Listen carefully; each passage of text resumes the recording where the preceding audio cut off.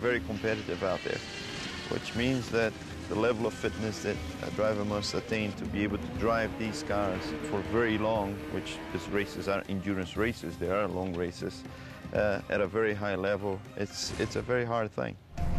I worked hard last year to get race fit, I would say, and I'm working even harder this year. I run, I swim, I cycle, I lift. It's been an interesting challenge to get fit enough to drive this new car. And I have to say, I'm now 41. It's a major uphill battle. de Ferran's crusade to master the new car is again put to the test as the Acura teams descend on Sebring. But while the new car's grip and cornering power is now established, so far it's only seen a handful of days on a real track, which means the question of reliability remains unanswered. And there are only 2 months to go before the 12 hours of Sebring. Things are going a little bit better this last couple of days. Still having a few minor issues, but we seem to have broken the back of the big problems. The cars are running consistent lap times. We're getting good feedback from the drivers. Sessions are starting at 9 a.m. and the car's in the pit lane 15 minutes before. This is how Acura normally goes motor racing.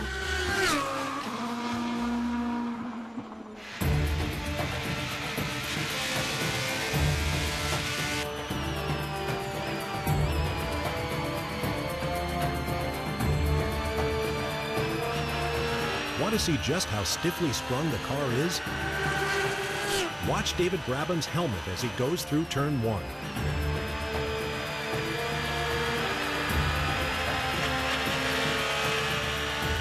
The car's not giving me the confidence to be able to really go deep on the brakes in the apex.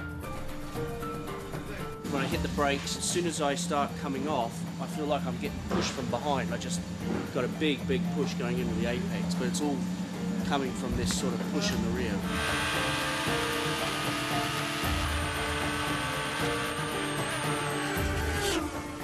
Solid everywhere else other than the front straightaway. Just felt like they were upset by the bumps, so harsh.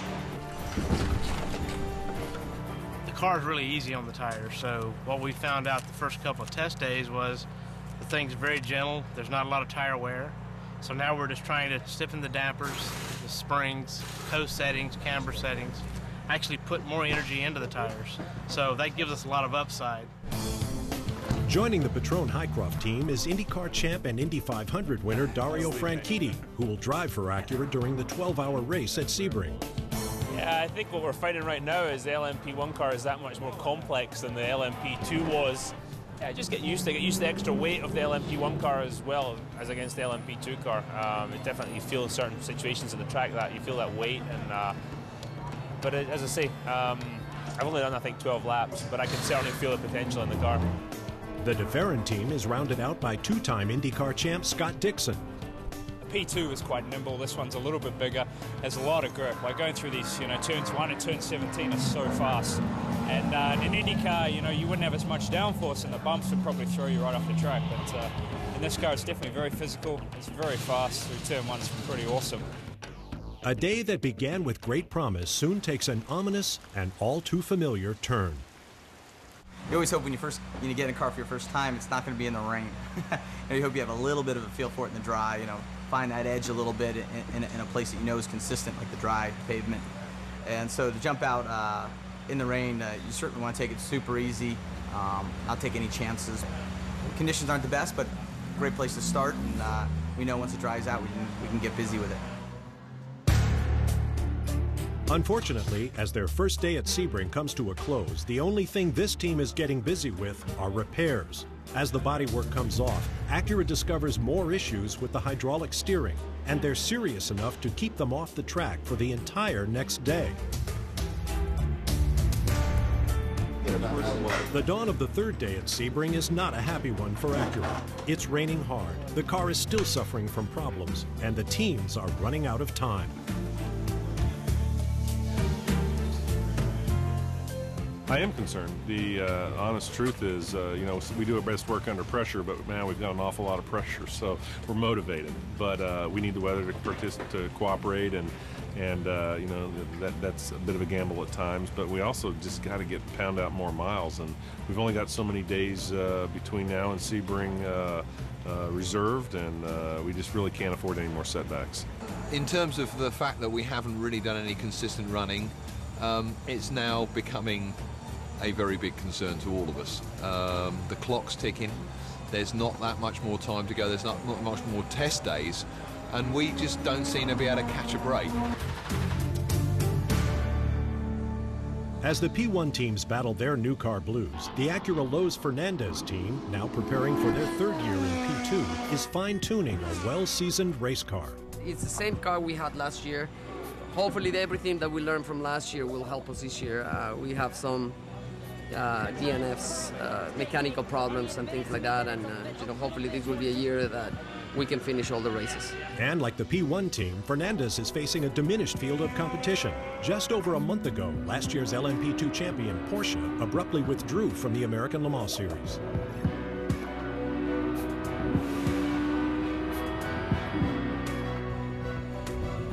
The Sebring test has shown the P1 teams how far they still have to go. But as they officially unveiled the car to the press, it's also shown them just how far they've come in less than 1 year.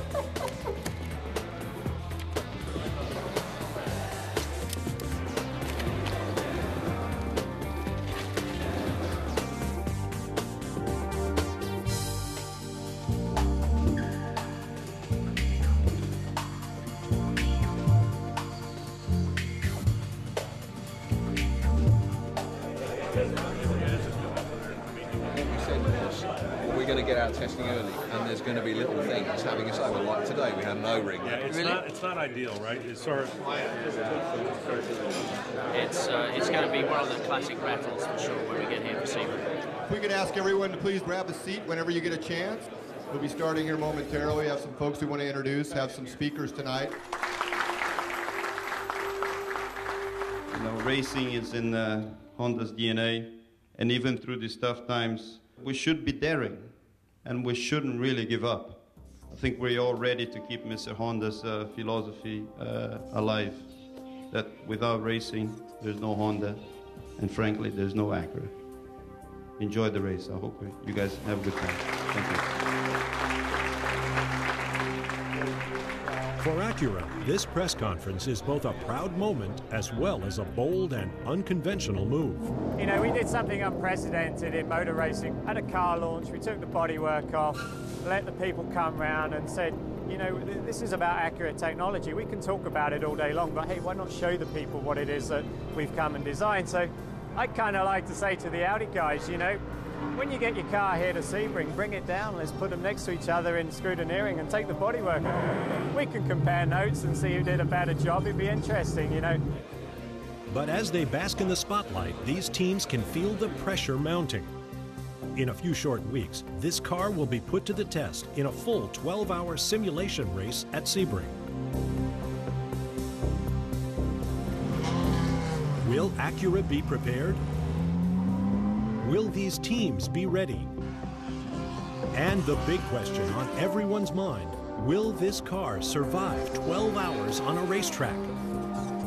Find out when Project LMP1, Acura's next challenge, returns.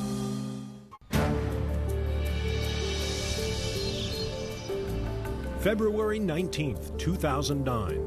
After years of planning, millions in development costs, and countless hours of blood, sweat, and toil, today is the day of Acura's 12-hour simulation race. This is the day when Acura finds out if their P1 dreams will shift to the next gear or stall before they even get to the starting line. Obviously, Acura's worked extremely hard, and a lot of the niggling issues that have bothered us for a few tests really got straightened out coming here. So I think it certainly gives us hope that we've got the chance to really run a good amount of miles today.